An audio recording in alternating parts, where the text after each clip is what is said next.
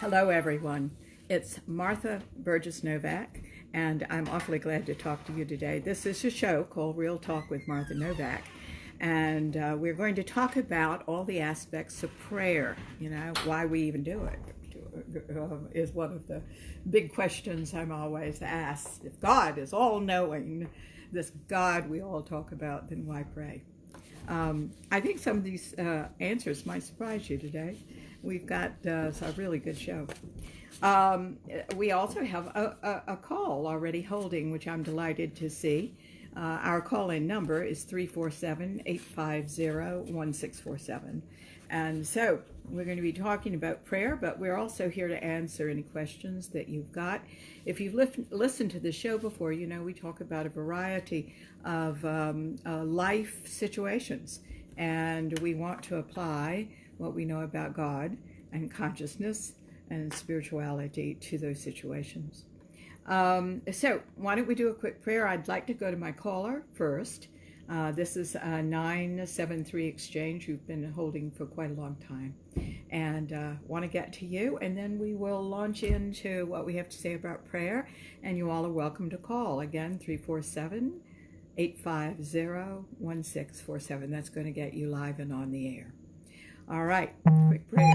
Nice prayer to get me all centered, and I hope you too. Dear God, thank you so much for the opportunity now to do this show and for all of us to participate, whether our voice is heard or not this time. We know that every single life is here for a purpose and a reason. We open ourselves to find that purpose and reason. We ask to be aware as a first step, because we know that there's a triad to spiritual and emotional growth, which is awareness to consciousness to enlightenment. We gladly go on this path, at least for the next 90 minutes, and we open ourselves to know nothing. So it is the you through us and through all things that know it all and will speak to us with one voice, that we may hear you and know what our next steps are. Thank you so much, dear God. We say this in your name, in the name of the Ascended Masters, our love-centered guides and friends, and in the name of everyone listening to this show. And so it is. Amen. And good morning to you, Kat. I know some of the folks that write in on Facebook Live. Those of you that are on Blog Talk Radio will hear me acknowledging them because their names come up, and sometimes they have a sweet message for me, like Kat. And I appreciate it very much indeed. All right, let's go to our caller first, and we'll see what where we're going to go with that. And then we'll go into our talk. So let's see if I can bring them on. Hello, I'm talking to a 973 exchange. To whom am I speaking? Good morning. My name is Tina, and I'm calling from New Jersey. Hello, Tina. Have I talked to you before, darling? Yes, you have. I was going to say your energy is very familiar, so I'm so glad to talk with you again. Excuse me, I'm looking for a piece of paper so I can write some things down. Well, hello, Tina from New Jersey. What can I do for you today? Yes, I would like to ask about my relationship with my boyfriend, Trey. Okay. I love your wisdom. Thank you for the prayer. Your prayers are amazing, and your wisdom. Thank you. Oh, aren't you sweet? Thank you, Tina. Well, it's your wisdom, too. I'm just reminding you of what you already know. I really mean that. I think that's really true. Sometimes, you know, with life, we emphasize other things more than other things, and we forget some of these life principles that I think we very much need. And probably always have needed, but certainly I know in this wacky world in which you and I live right now, they help. Okay, so this is a relationship and with your boyfriend Trey, is that right? What specifically do you want to do? You all already live together, and so do you want to know if this has a future, if you all are going to marry, if he's going to be that kind of thing? Yes, yes, we don't live together yet. You don't live together I yet. know all of that. Okay, all right. All right. Is there an opportunity for him or for you to be transferred or move out of the city in which you are right now, Tina? That's me. That's you, that you have the opportunity to move? Yes. Yeah. That feels very strong right now. It's coming up in the next few months for you, if it's not already here. And that is a factor in this relationship, you know? I'm not sure that you all are at the point, I think maybe you are, but I'm not sure he is at the point where he can commit to move. So this is something that you all need to work out. I'm just not sure the relationship has advanced enough to that stage of that kind of commitment. And I think that this is an opportunity for you to move.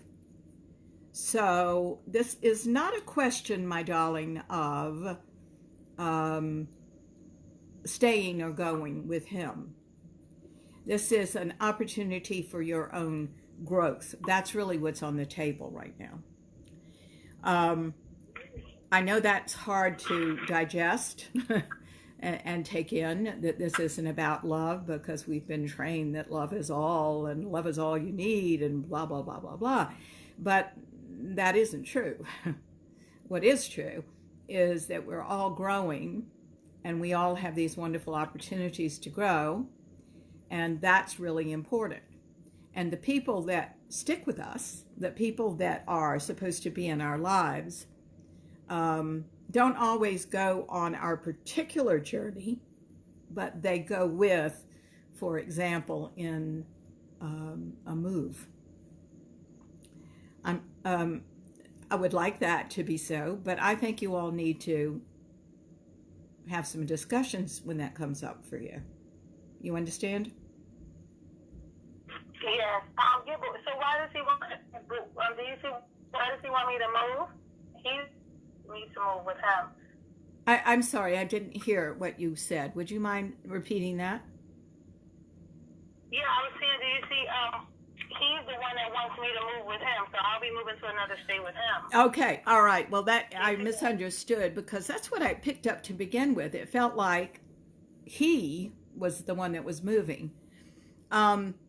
Yeah, if your relationship, do you have any ties there? It doesn't feel like you have children. Do you have children? It doesn't feel like you do. I do, but they're grown. They're 20. My daughter's 20. They're grown. Okay, so that it's as if you don't have children. I was looking for little kids that might keep you there in that in New Jersey. Do you, darling? Do you? Okay. Now that we're straight, now that I'm understanding your situation more and going back to my original thing, okay, he is just, and this is, you are very committed. He is not as committed, which doesn't mean that you won't have a relationship. It's just where he is right now. He's not as committed. It may be that his mind is on the move. But I think he more wants to see where this is going, and you want it to go there. And that's just an important nuance for you to understand. And then you can make your mind up about whether you want to go or not.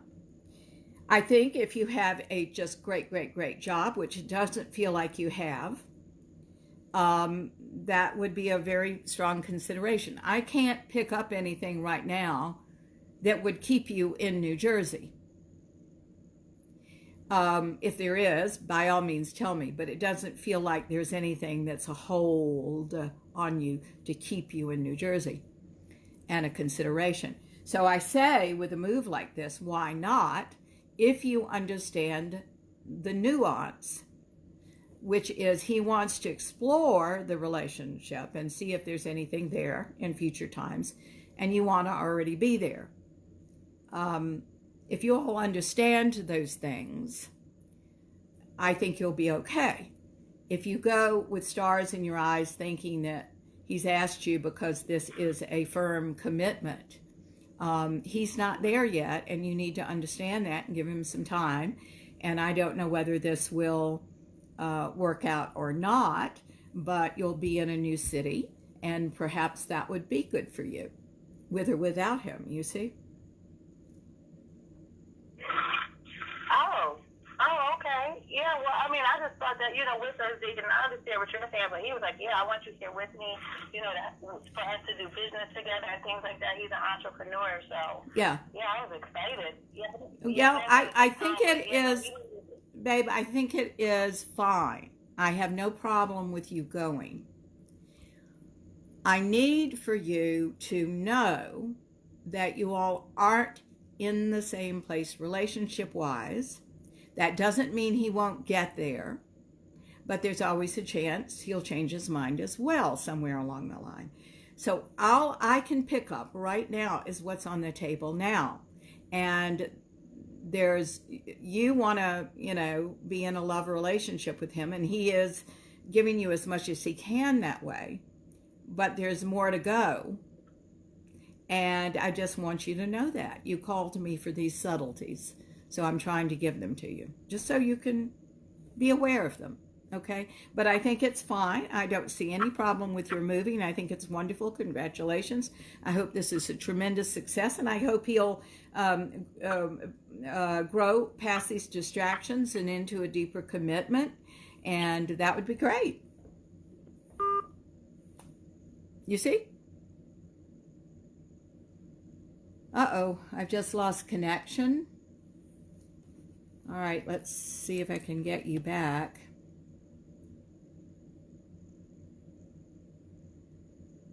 All right, for some reason, my Blog Talk Radio has gone down.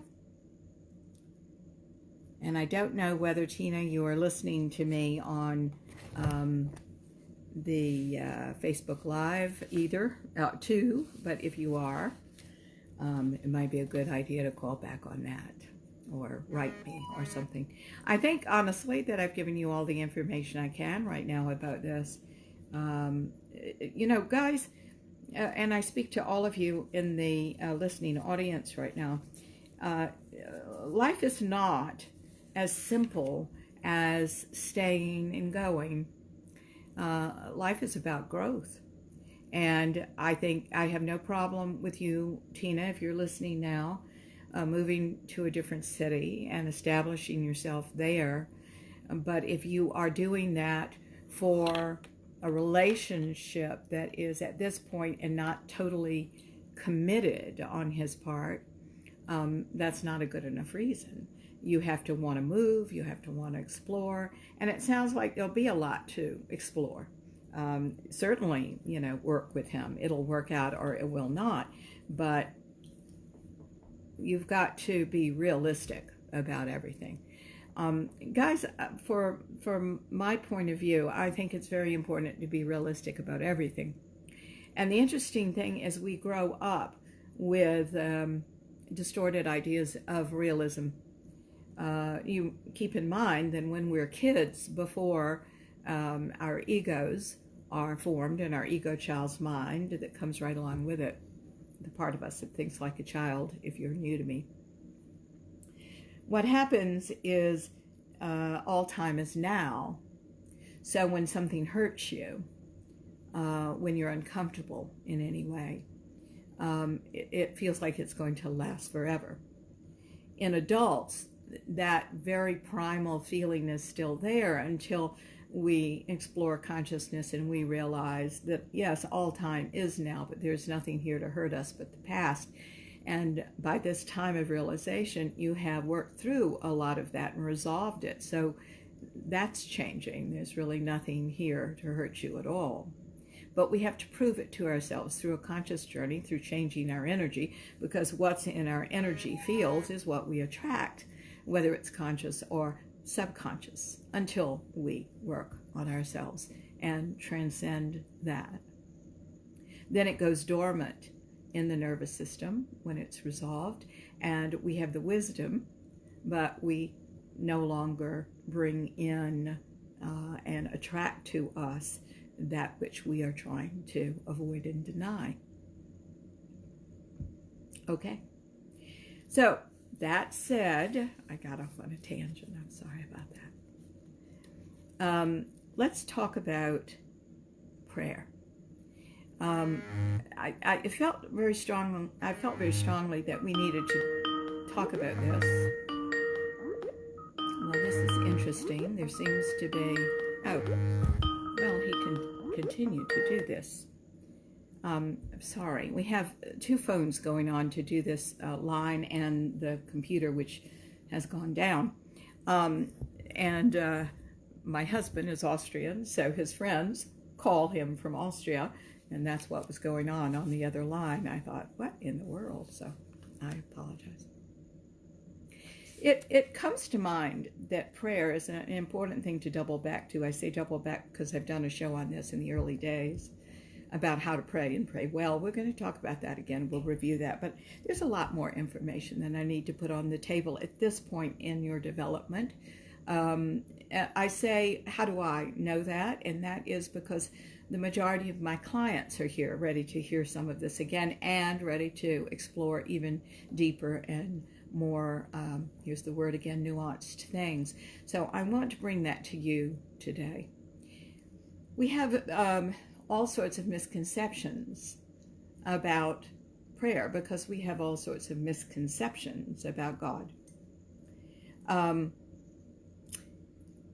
And I want to put everything in as much perspective as I possibly can, because we're really talking about such a complex subject that all of us won't understand. I can't possibly understand God, but I can understand as much of my version of it as possible. Of course, everybody has their version of it, and I think that's wonderful. But what consciousness is being more conscious today than you were yesterday or last week of new thought, new things, new ideas, new feelings, new spiritual principles, new spiritual truths, if you adopt them as the truth. And certainly out of all that comes new ways to behave, new ways to do things, right? All right. Perhaps it will surprise you to know that whatever you believe, and even if you don't believe anything or think you don't, that you are living a life of constant prayer. Is that shocking? You are living a life of constant prayer. Guys, the reason you see me puzzled and looking over to my left is that I can't tell whether Blog Talk Radio has come back or not. There seem to be some strange doings on my computer screen, so there we are. And so occasionally I'll look over there saying, what in the world is going on? We'll see. I hope this is making it on the air. So, you are living a life of constant prayer. Every thought, every feeling, and every behavior is a prayer. You can't get out of living a life of constant prayer, because this is the way you're wired.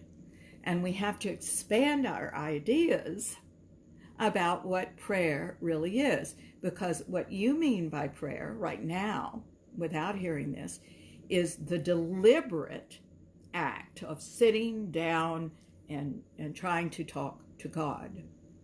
But we're talking to God all the time. You are the aspect of God you are. Yes, the ego child's mind is in the way. Therefore, your prayers are influenced by that.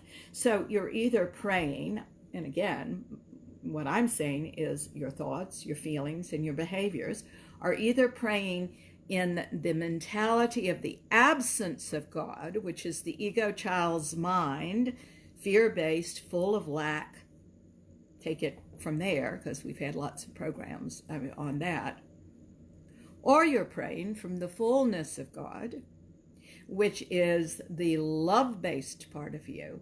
And it's very clear and issue-free and love-based, love-centered, and generous and kind and beneficent and all the things that you'd like to believe about God. They are you. You are the aspect of God you are in these high and these low degrees. And this is what confuses us about God, because God presents these two ways. Now, here's the big phrase I want you all to understand. According to our understanding. That's the key phrase. God presents two ways according to our understanding. We are also presenting ourselves, because we are the aspect of God known as us.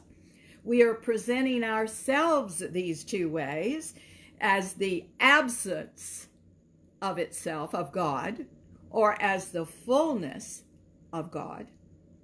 And this is our journey to go from the belief in absence and the fear-based self, which is always the egoic self, and the egoic child's mind self, I should say, to the higher self, which is more and more love, and even unconditional love when you go far enough. I get so amazed at how many people throw that phrase, unconditional love, around, as if we should be living unconditional love. Well, nobody's going to live, nobody can even know what love is until one clears out the emotional chatter of the egoic child's mind. So throw that phrase out of your vocabulary and pick it up in later years, because that's when you really start seeing what you're going to and what's available to you. And that's potential. Okay? Now, there are a lot of other things that go with potential. We hear that word a lot. And, we use it to mean, have I reached my potential, say, as a creative, or as a business person, or as this, or as that? And that's all part of it. Because if you have reached your potential energetically, how are you going to use it? And then those have to do with your predilections and your tendencies and your talents and those things. And it's so interesting, because that very thought that I've just put on the table flies in the face of, oh, I can't possibly do consciousness work because God may take me somewhere I don't want to go. Oh, yeah? Well, guys, you are the aspect of God you are. That's the one you work with. It's in you, wired a certain way. So you will use those things. And when you start using those things for the right reasons, more of them open up. And your life goes all sorts of wonderful directions, and you'll enjoy every minute of it. So this whole idea that I can't possibly go with God, it'll take me somewhere I don't want to go, is a belief in the God that moves people around on a chessboard. And that's not who God is. Now, you're going to have to find this out for yourself, because you can't have my God, and you can't have nature's God, and you can't have the church's God.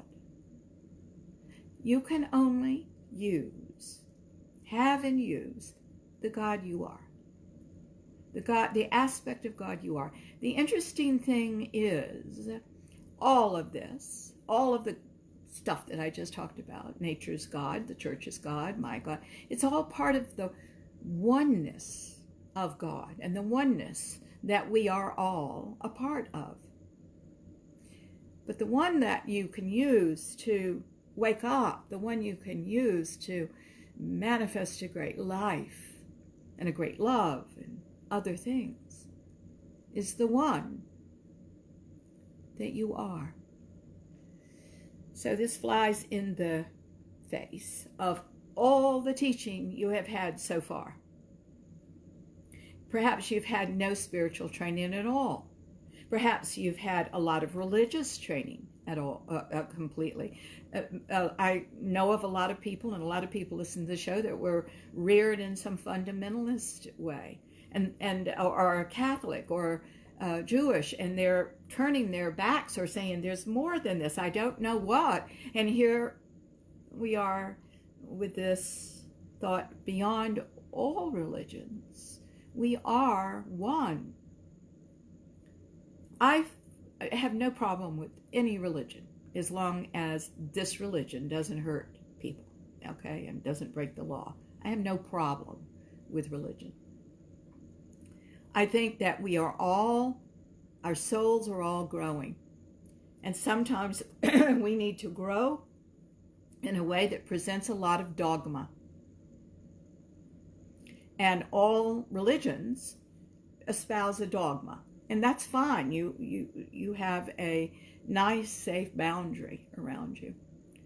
And I really consider our program all denomination, quite frankly. I don't consider it non-denominational, but all denominations, because all denominations fit into consciousness, don't they?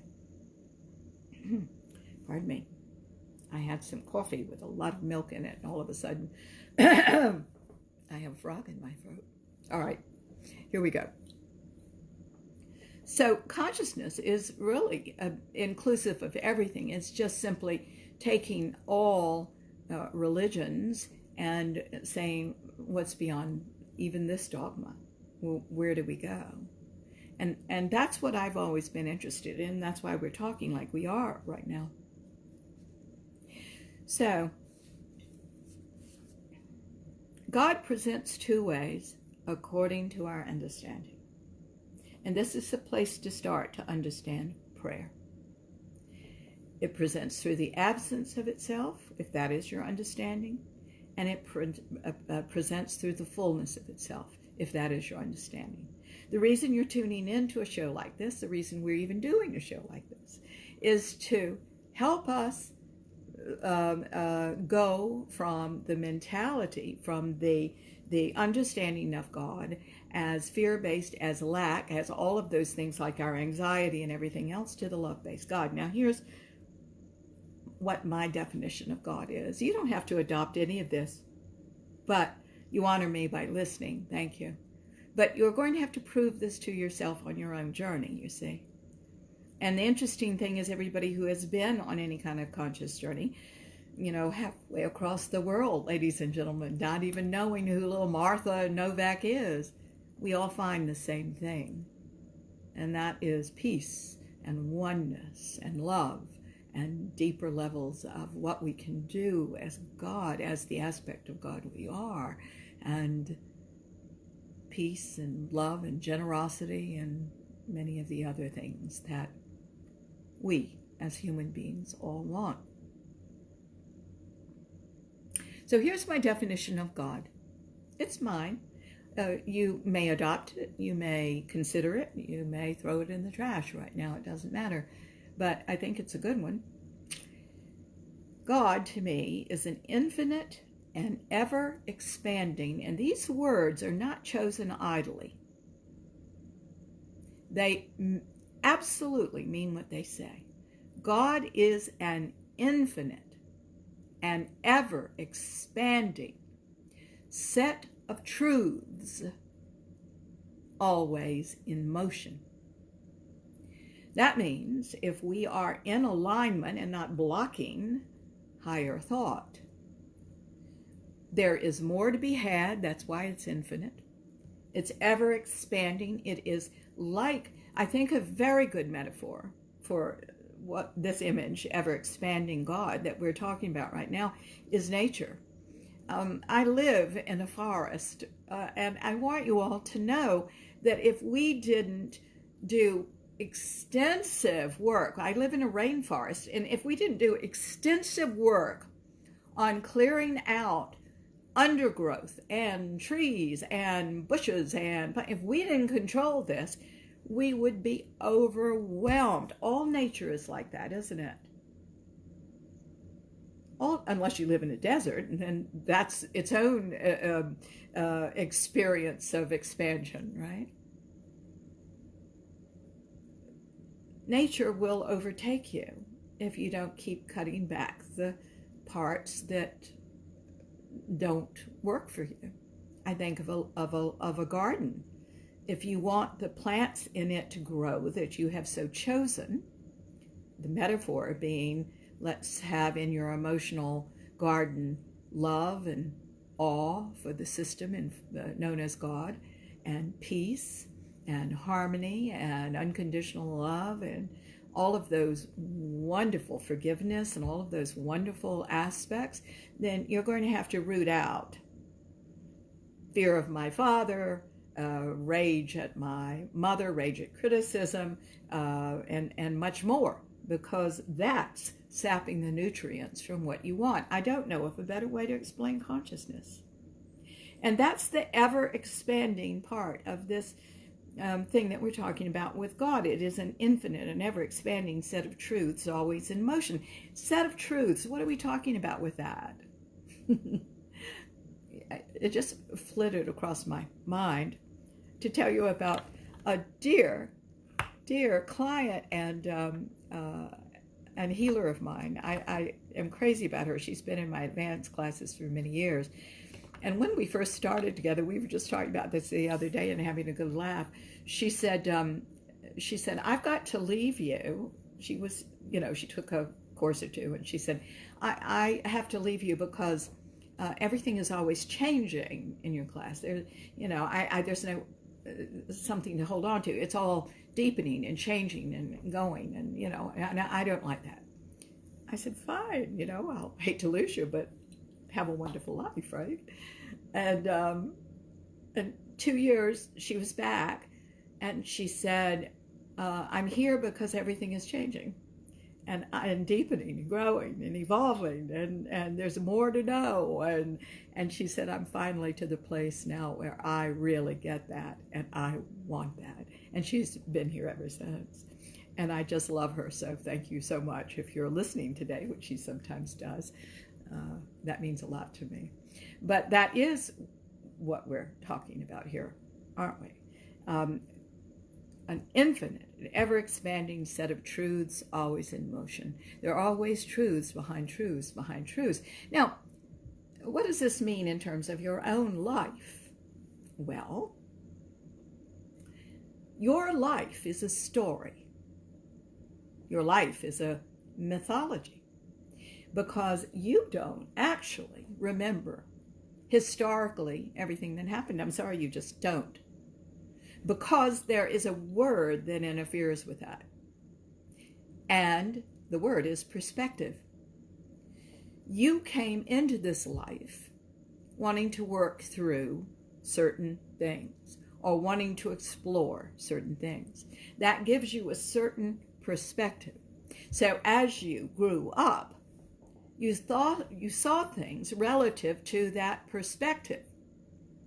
Now, that perspective must grow and evolve and shift, and you've got to see more. This isn't just about the mistreatment that your father gave you. This is about much more than that. And ultimately, when we resolve the story, which we do in any kind of consciousness work, your story must be resolved for your ego child's mind. The energy has to be taken out of it. What you're left with is no story at all, but this moment of God. And now, what are you going to do with it? Yesterday in my advanced class, one of my dear friends and fabulous healers said that she lived a life of soldiering up. Soldiering up. It's very interesting that she feels that life is so unsafe that she soldiers up, and then she has to soothe herself and recoup from whatever perspective she saw, and then she soldiers up again. That is definitely a mythology. Does anybody remember Joseph Campbell and his marvelous mythology series that ran on PBS, and his books are marvelous. Well, all of those mythologies are there to help us at some point in our life. She's a soldier, i.e. the warrior. But that script has been written for her. She already knows how it ends. She knows how it ends. She's going to be disappointed. She's going to make it hard for herself. She's going to be hurt. By the way, she's doing it primarily to herself, and then she has to soldier up again because she's proving her perspective that life is hard, that everything is to be battled, that nobody is on her side, that she is disliked, that she has missed something and is faulty in some way. Is any of that the truth? Absolutely not. Think of truths always in motion. She's leaving that now. And she'll be much happier when she leaves that. But she may go to another mythology. We'll all go and go through transitions in mythologies until we don't. And in this arena of consciousness, it's only about this moment. It's not about your story anymore. You don't have a story. It's this moment of God, this moment of a living God. Now, this is where your finest prayers. I am getting to prayer, promise. This is where your finest prayers are made. Oh, thank you so much for that. I appreciate it. I appreciate those little icons you send me. It means a lot. Okay.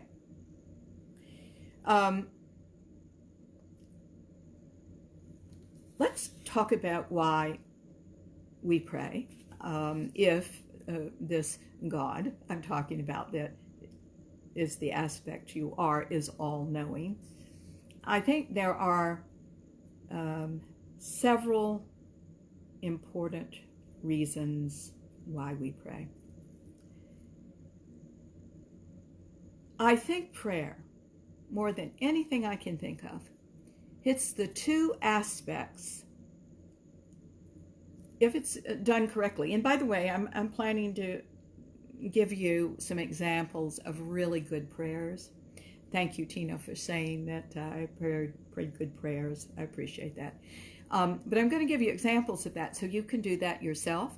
And also, I want to say that there is a prayer CD that you can find on our website. I think it's Prayers for Real Life or Prayers for Daily Life, or I've forgotten the name of my own prayer, but it starts with the word prayer.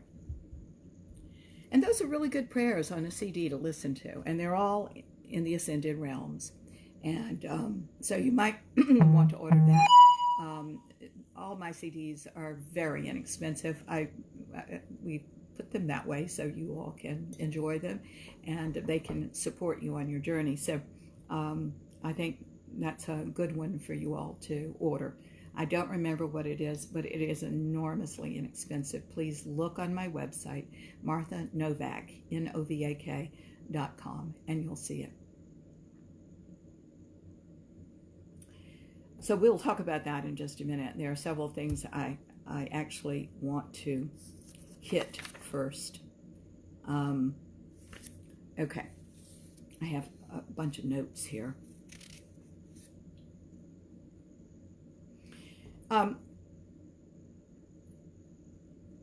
This prayer hits two very important words. One is cooperation, and you've heard me say that a lot, that God does not satisfy the ego. It's not supposed to. The ego is supposed to want and flounder around and be fear-based and everything. It's a place to go from, you know? Hi, darling. Yeah, thank you, Kat. Thank you for sharing that. Kat said she didn't realize it had a name, soldiering. Didn't realize it was a thing. Well, it is. It's mythology. It's the story you tell yourself. And you don't, do you really have to do that? See, the truth is beyond that. There's a truth beyond that, a truth beyond that. And the truth is you're safe. And you're smart. I know you, Kat. See? And she says that other peeps through, I think is what she's saying. And you're right. All that means, and what you just told me, is there's more energy in the emotional realm than there is in the spiritual realm right now. You see?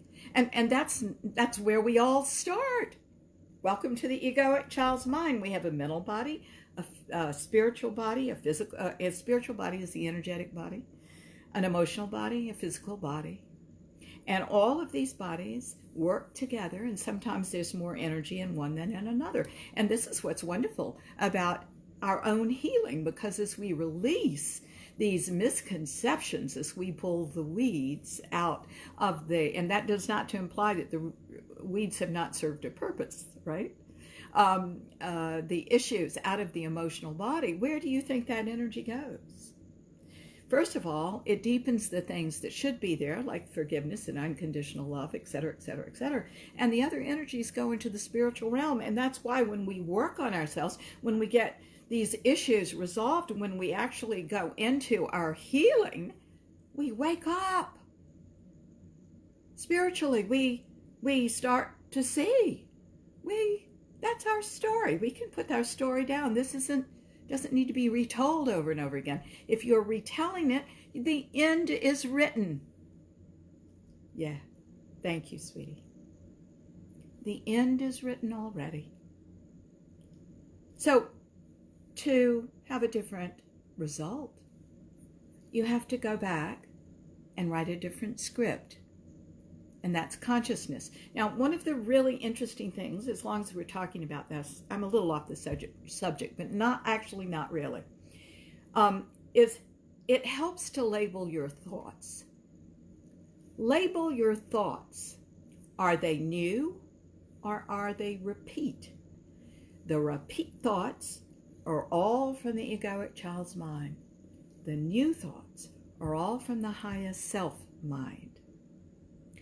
You also heard me say a couple of weeks ago, and I think a week or two before that, you heard me talk about primary emotion and secondary emotion. Primary emotion is the emotion that is connected to the event you're going through. You know, I think I used let's just say you have a traffic accident, all right? Primary emotions are, I can only guess, but primary emotions are, oh my, this was dangerous. I'm glad it couldn't have been worse, or it is really bad. I'm angry, I'm hurt, I'm afraid. All of those primary emotions, those are absolutely valid, and there are probably other ones. Okay? Secondary emotions are, oh, I'm always screwing up. I'm such a screw up. I am such a failure. My father was right. I am the worst of the worst. I could have killed myself. I probably should kill myself. No, I don't want to kill myself. Secondary emotions. Secondary emotions are always the egoic child's mind, and they're always repeats. This wasn't about the accident. It was about the accident bringing up how you felt about yourself all along. Now, these two exercises that I'm asking you to do, labeling your thoughts, new or repeat, and trying to stay in the primary emotion and not the secondary, are really important. If you stay in the primary, if you jump to the secondary emotions, what you're doing, and part of your modus operandi here, is to avoid feeling the depth of the primary emotions. But that's where the healing is. And, by the way, that's where the solution is. The solution is beyond, oh my God, this was terrible. I'm shaken up from this accident. What do I need to do? Well, I need to call the police, and I need to call my insurance company, and I think I better go to the doctor to make sure I'm all right. You've got a plan, but it's only in the primary. It's not in the secondary. Those things sometimes are quite delayed about what to do because we're too busy running off into the secondary, and that's not valid anymore. We are talking about putting your story down. All of that is your old story. You get this now. That's your mythology. And we're all victims there. Or we're covering up our victimhood by being the savior to other people or smart or this or that. Guys, come on. Let's drop all the act. Let's just realize we all have a past. We all have a mythology. And it's all bull. It is at one point when it starts being resolved. It's time to live the living God right now in this moment and go on. That doesn't mean deny your emotions. You understand that? It does not mean deny your emotions. You need to work on yourselves through consciousness work, through healing, or any other choice that you have and want to make. From my own point of view, I went to a variety of healers because each one would stop working for me. And then I was directed to the next person and the next person, the next person, and then all of a sudden there was no one there because I was doing what I needed to do. Don't be one of those people that run to 50 healers at one time, because what you're doing is avoiding any depth. I need for you to choose a program, and I need for you to go all the way with it. You see? Don't avoid. Okay. So, one of the reasons that we pray, and one of the reasons, one of the answers, I suppose, to that question, well, if God is so all-knowing, why do I have to pray? First of all, you are already praying. You just aren't praying terribly effectively, and we'll talk about that. And the second thing is that God works through human beings. God works through human beings. It's all an energetic loop if you're doing this right. And if you'll think of energy instead of words or, images or what you want or any of the old ideas of God and mythology and how all this works, let's talk about the energetic loop that's established with a prayer. So you put yourself in the right frame of mind. I never did tell you the words that were so important. One is cooperation, but there's a second word. Deliberation. You are deliberately cooperating with God in a prayer. You are deliberately, now this is a conscious prayer. This is a prayer that'll get you somewhere. You are deliberately cooperating with God. So a prayer is deliberate. A prayer at its finest, because you're hearing me say, yes, everything you say, do, feel is a prayer. And I do believe that. However, a lot of it is unconscious. A lot of it's coming from the ego child's mind. And God does not meet the ego child's mind and satisfy it. That's where you start and grow from. So God meets you in the mind that changes and aligns with God. And that's you too. That's your highest self mind. You see? So you set up this energetic loop. You put yourself in the right mind. I'm going to deliberately cooperate with God here. I'm going to go to that higher self in me. And then you ask, and then you receive, and then you thank. And it's an energetic loop, isn't it? You go to that mind, it gives you, you thank. You go to that mind, it gives you, you thank. You go to that mind, and then after a while, you don't even have to ask. After a while, and I mean this with all my heart, wonderful things start coming, and you haven't even gone through this process. Because you have fundamentally changed. You are positive. The mere thought of oh, wouldn't that be nice, is a prayer. And by gosh, if you say that prayer, it comes. Now,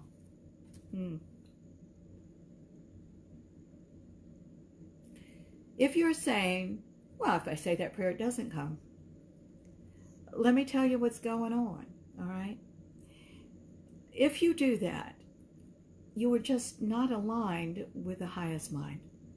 Because in the highest mind, energy, which it is when you think about it, and substance, which it is when it comes to you. In the highest, I don't know what just happened, but something. So we're back online now, I hope. In the highest mind, substance and energy are the same thing. The interesting thing is you must learn to know this. You remember that to manifest, there's a formula. You can go back and listen to my How to Create the Life You Want things, and I have a book on this. How to Create the Life You Want is the name of, what's the name of the book? The Life You Want. You can get that on the website too. You've got to learn to know how to align with God. There is a formula. The formula is this: desire plus knowingness. And we're talking about knowingness right now. You've got to know that energy and substance are the same thing. And if you ask for it, it's so.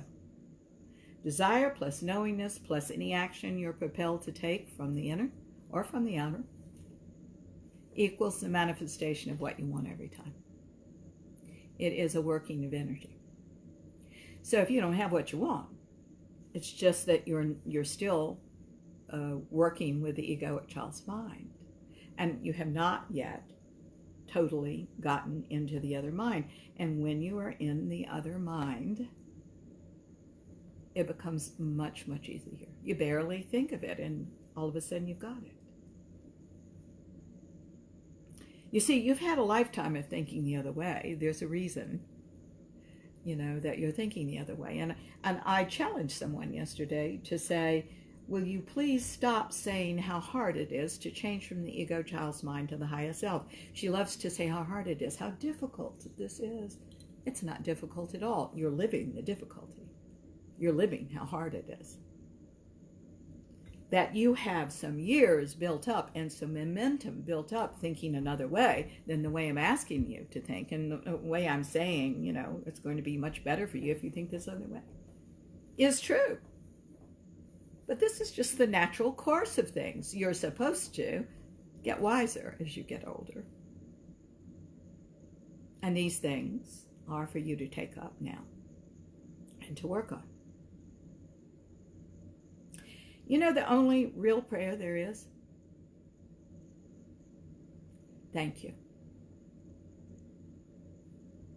Because if we're saying that God knows what you want, if we're saying, and again, you direct the energy of God. God is the how. How it's going to come to you is God's domain. But your domain is to direct the energy.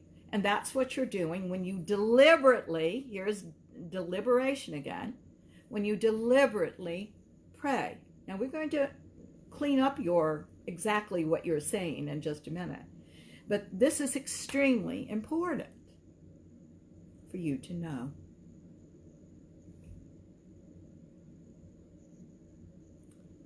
All right. Substance and energy are the same thing.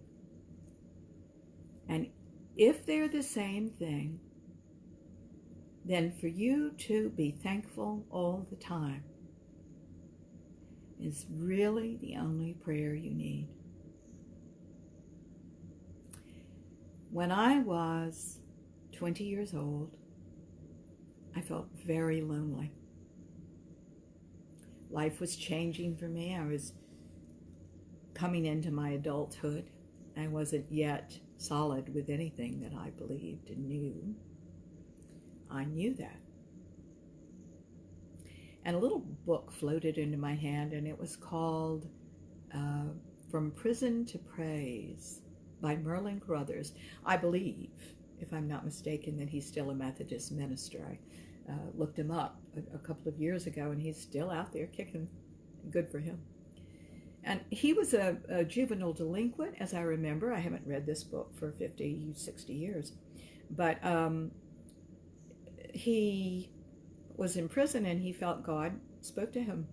And it said, give thanks for exactly where you are and for everything you've done to bring yourself here. and give thanks in all things. And that was his philosophy. Give thanks in all things. And I am saying that he's on to something. And I pass that on to you. You very much need to give thanks in all things. So the power of prayer and praise is deliberation and cooperation.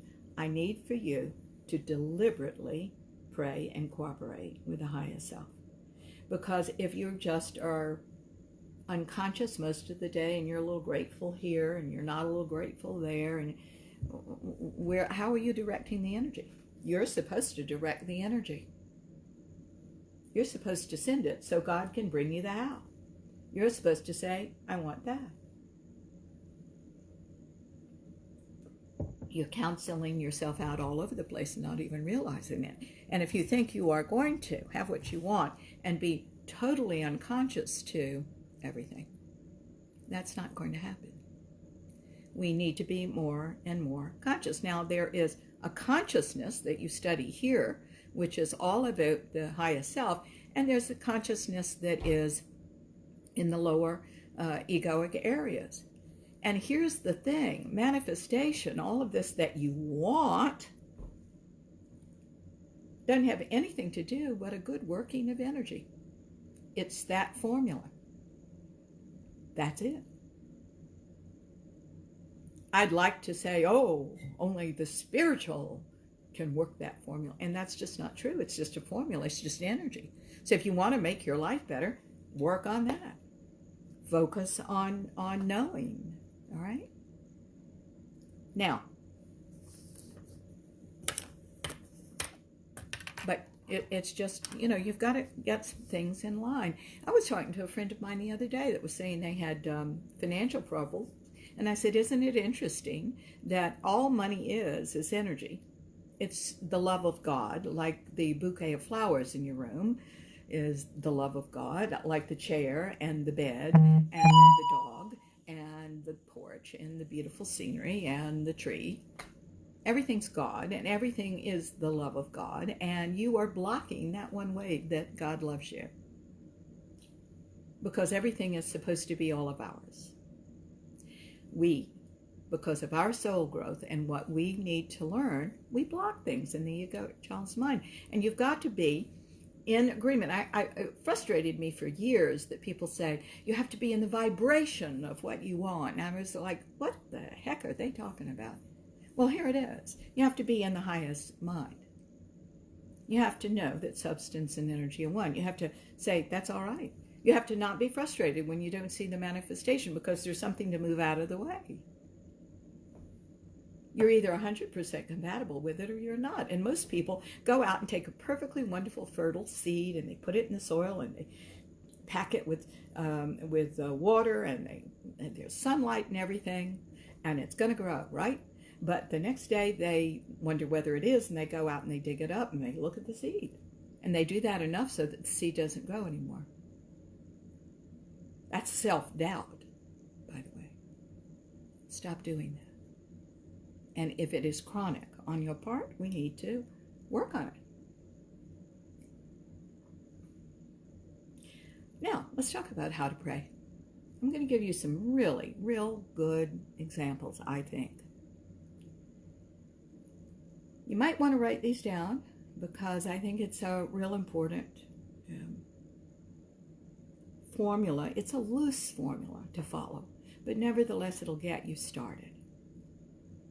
Number one, acknowledge what God is.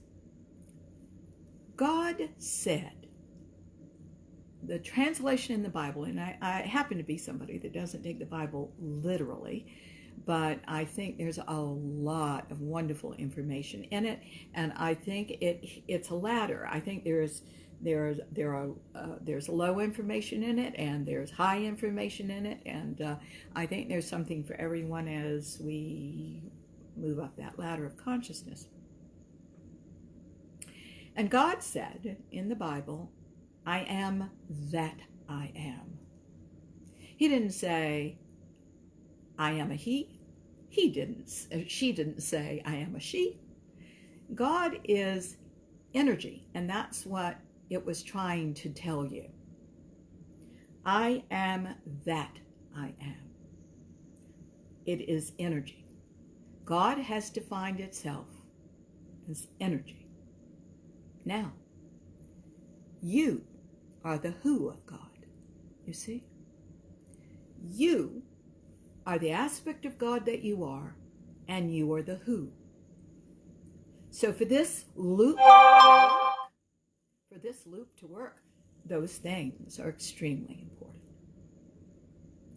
For you to know that God is the energy, and that you are the person that directs that energy. You see? Okay. Don't interfere with that. Our problem is that so many of us, when we are praying for something, we then finish the prayer, we may do a good one, and the next moment we think, but how is it going to come? We're not smart enough to know that. We're not.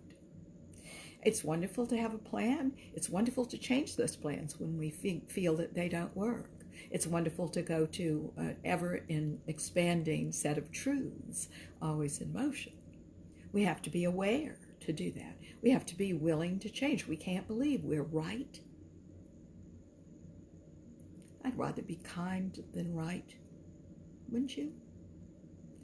I'd rather be creative than right, wouldn't you? Well, creativity is nothing but destroying and creating, and destroying and creating, and destroying and creating. That's what creativity is. So, when we're talking about a dynamic prayer, the first thing is the acknowledgement of what God is. God is energy. Dear God, you who are all we are and all everything is. That's the acknowledgement. Number 2, the acknowledgement that we are that energy. You who are all I am. And that really is all you are, unless you interfere with it, this love. Okay? We're channeling God all the time according to our understanding. Through lack, we talk about, oh, I don't have enough money.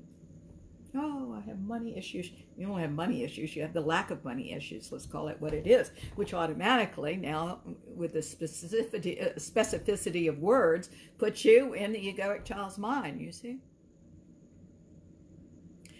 So you have to acknowledge that you are this energy of the aspect of God you are. Love. Number 3, gratitude. Merlin Carruthers, that Methodist minister, is right. You praise God in all things because every moment is temporary. It's going somewhere. It's not the end because you haven't gotten what you wanted yet. It's never the end, by the way. Everything leads to something else, to something else, to something else, to something else. I have a lot of people calling me and saying, is this the job of my potential? You won't have the job of your potential for a long, long time. And I'm going to tell you, I'm doing at this point in my life what all my life has been about. But is this all it's about? No, I'm looking forward to what I'm learning every day and where I'm going every day. That's why the program keeps deepening. Thank you for going with, by the way. Be grateful for everything. Dear God, if you say, dear God, I am not happy in my life right now. I don't know where to turn next. But I am grateful I'm here because I know that truths are to be revealed here. Perhaps I am very near surrendering my old story. And that's fine. That I'm grieved, that I'm sad, that I'm angry, that I'm heartbroken, that I'm disappointed. all okay, all perfect, because it's where I am right now, and you are right there in it all. And I ask for the opening here.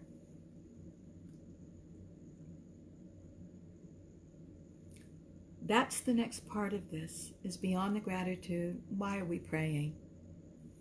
In this prayer I just said, you're asking for the opening, the awareness, the next step. Could be anything, really. Thank you. Thank you so much, darlings, for sending that. Number 5 is more gratitude. That I know these things are so now, because I've asked for them. You're aligning your mind with substance and energy being the same thing. And I'm grateful for the way the system works in me. And number 6 is the acknowledgement that all of this has been perfect and is working. And if you choose, and I do suggest this, that you send this prayer out to anybody else that needs it. Do. Now here's the thing. I always send, when I do private sessions on people, I'm always sending that prayer out to other people. But they have a choice to accept it or not. It's fine. Right? We must let it be fine. Everybody's living their own lives. Now let's give you some examples of this. But before I do, I'm going to go through these steps again to make sure you have them. Number 1, the acknowledgement of what God is. Number 2 is, is gratitude for the moment just as it is, where you are. Number 3 is an acknowledgement. I didn't bring my glasses down here. The first is an acknowledgement of what God is. Secondly, an acknowledgement of who we are in God. The next is gratitude for exactly where we are and what is, and then number 4 is why we're saying this prayer, what we want. That is why we're deliberately and cooperatively in line with God here. Number 5 is more gratitude for the perfect system. And number 6 is, thank you, Dorothy. I'm so glad that you've written in. That means a lot to me. Number 6 is the acknowledgement and that all is perfect and that you know all this is so, and that you're sending the prayer out to others. Now let's give you some examples of these, some concrete examples. Let's say you want money. I don't know anybody who doesn't want more money, right? Money, money, money. All right. But if you just say, God, I want money, that doesn't mean anything. First of all, money's energy. So if I were you, I would pray to know why I'm blocking money. And I would talk to someone who can remove some of those blocks for you if they don't go away. You'll know whether they go away or not, because money will come. But a more effective prayer is, open my very being, dear God, to your divine inspiration and creativity that will help me become more valuable and be of service in a deeper way, that I may be rewarded for my efforts as it is in your universe with more money. You see, money is impossible to pray for. It doesn't mean anything. But you're praying that your skills be opened, your ideas be opened, and that you have the courage to implement them. Now we're talking.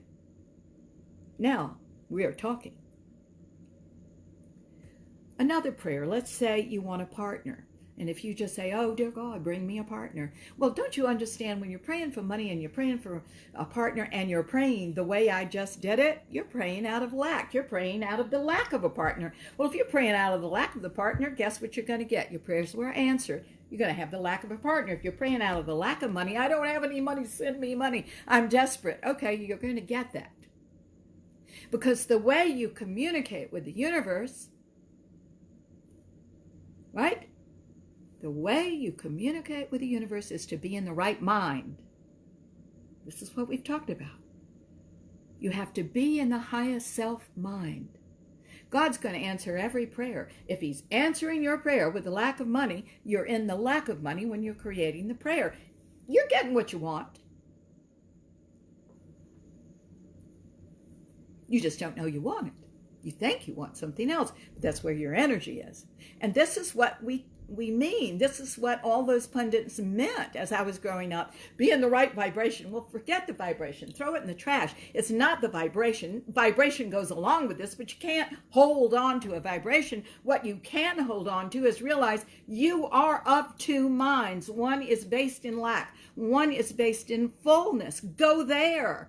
Pray there. See life from there. Use that perspective. Your life will change.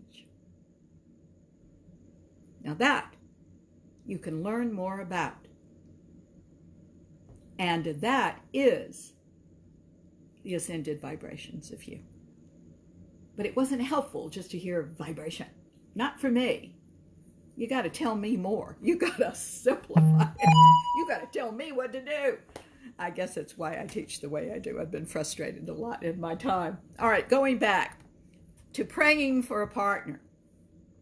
So why don't we change that prayer to this? Dear God, I pray that you show me how to be more loving and how to express that lovingness in the highest and best way possible. Show me what true love is and what I'm capable of. And when I am ready and capable of doing this, bring in someone that I can complete my love with, that I can complete that loop with, that I can give them what I know generously, and that it can be returned to me cleanly and well, and this loop can be established in you. Thank you, sweeties, for that love. I appreciate that. So this is how to do it. You see, we can't pray from lack and expect abundance. You can't do that. And we don't know what we're saying. And we've got to be more aware of what we are putting on the table. Now, I am going to look through this right fast to make sure I have covered my points, because I don't want to leave anything out. Now, I say meditation and prayer really are different things. Prayer is when you're talking, and oftentimes, and meditation is certainly when you're listening. I think that both of them are important. I think that one of the things I like about certain meditations is they teach you to be in lower brainwave states. There are marvelous tapes out there. One of my favorites, because I like classical music, is Sound Mind, Sound Body by Andrew Weil, W-E-I-L. He's the wonderful doctor with the bald head and the big old beard. His Sound Mind, Sound Body is a lovely tape. I don't necessarily think you have to sit there for an hour with that on your head. I think you can have it on and it alters the whole room. I would just say do something repetitive. Don't have it on when you're interacting, and certainly never when you're driving. Never, never, never when you're driving. This puts you in the lower brainwave states, and a lot of times those lower brainwave states will put you to sleep because you're not used to them. One of the lower brainwave states is theta, which is a pre-sleep state, delta, which is the sleep state. I'm going to tell you that that is what we associate with those brainwave states, but that isn't always what happens, because great meditators can play between alpha, theta, and delta. And I know when I'm working, and when I'm working on someone, I'm very aware of going, picking up information on all those levels, and putting them into the session.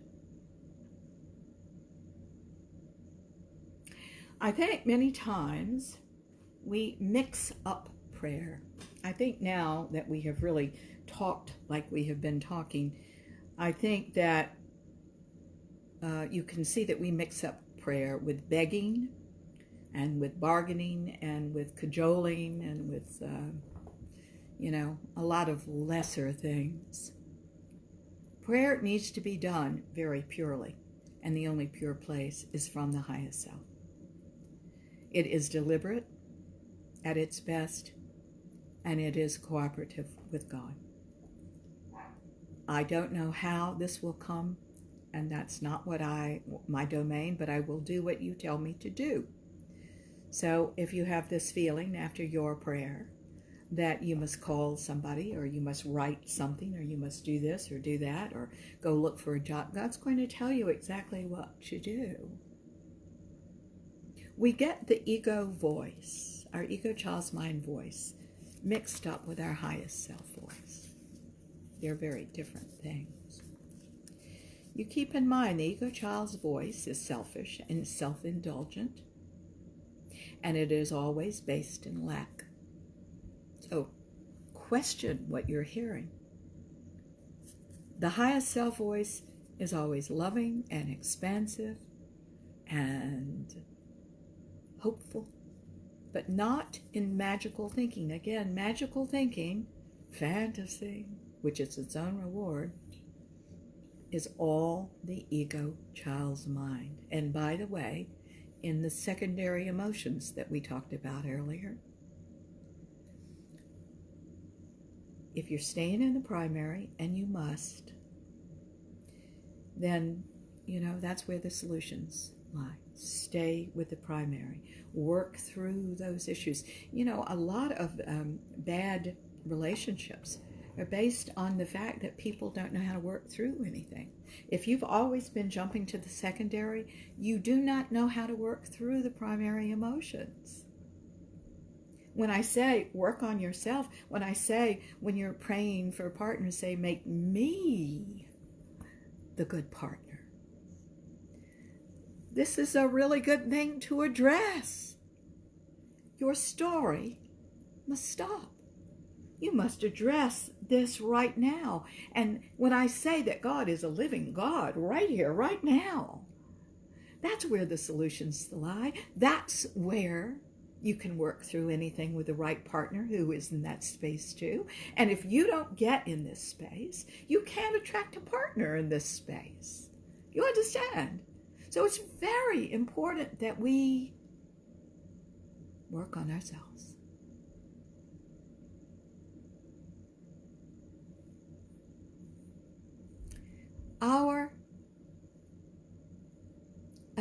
Our feelings about God in the ego child's mind are often attachments, not full cooperative relationships. Often that's reflected in how we relate with other human beings.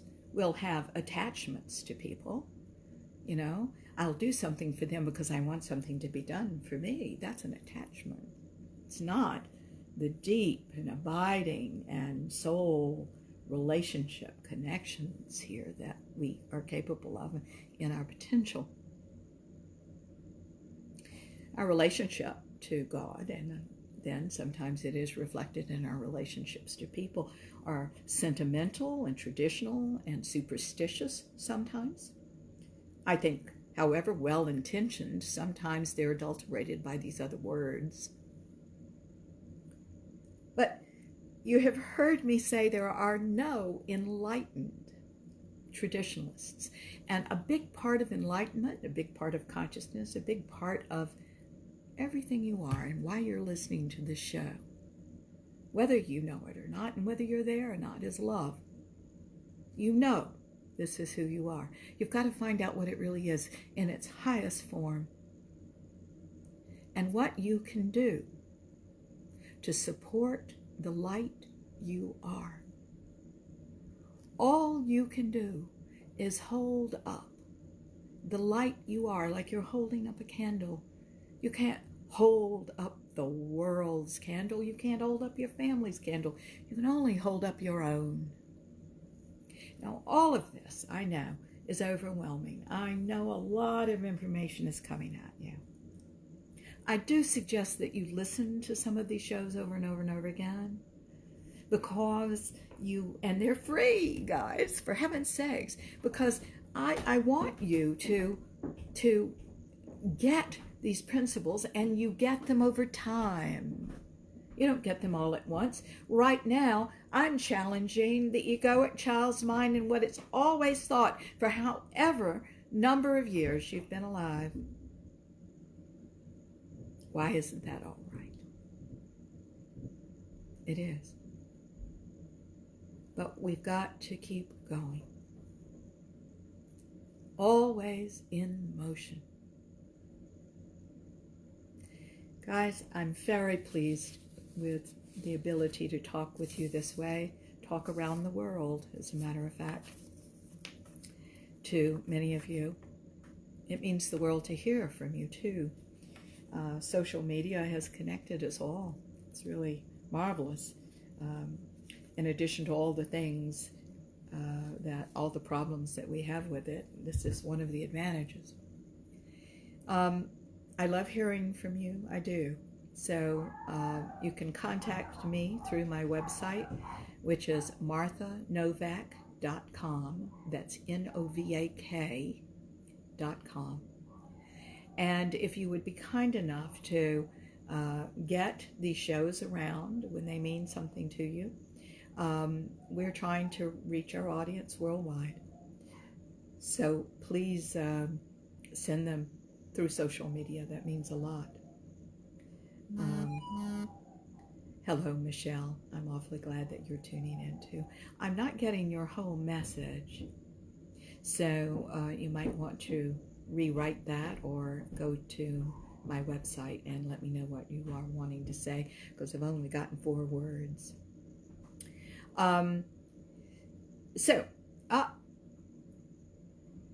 Michelle is saying that the broadcast has been interrupted a lot. From my point of view, I don't know that. So thank you so much for telling me, darling.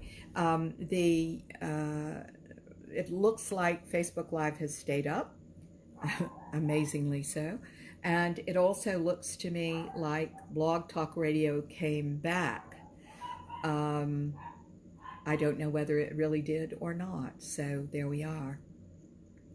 But I like to hear from you all. My listening audience always tells me what we need to work on. Where I am is remote, as I referred to you earlier, and referred earlier too. And we have the fastest speed that is available to us, but unfortunately this provider is the worst one in the United States. It's the lowest rated one, so we're doing the best we can. Okay. Anyway, thank you so much. And what you can do for us is not only get the word around about the shows, some stay up better than others. Thank you, Kat. I appreciate it so much, darling. Kat is just thanking us for the show. That means the world. If you all will get these shows around on social media, please, if you will tell people about us. I think even on Blog Talk Radio, I don't know whether this show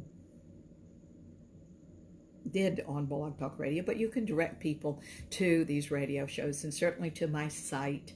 And all of these shows are archived 3 ways: on Blog Talk Radio, on Facebook Live, and on YouTube. So you can say, go to YouTube and see this, and it will be mounted within, I think, a few minutes after we finish each show. That means a lot to me, and certainly following us and being friends with us, sharing and following and all those things that social media allows means a lot. Thank you, Dorothy. You know, it's a beautiful way for me to start a Sunday, too. I mean, I'm really serious about that. I do this for such love, because this is just lovely for us. resume because someone was calling in.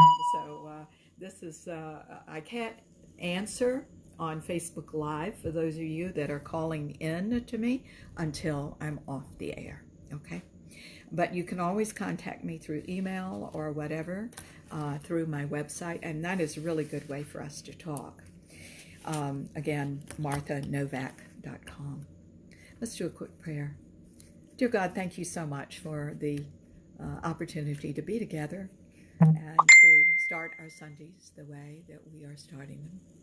We thank you so much for the love that we all share for you and for our highest selves. And we ask now that we heal, we surrender to our ascended selves anything that needs healing, that we are willing and capable of surrendering today. We all want to be more loving. We all want to know what it is. We all want to be sure that you are there as our highest selves. And if we are concentrating on the lower forms of you, we can't see it. So open this for us that we may see your miracles in our lives. For they're everywhere. And we just might be missing them. So we open to that. We open to our healing. We're open to the grace that in the goodness of you. And we deliberately and cooperatively say this prayer with you. Thank you, dear God, for it all.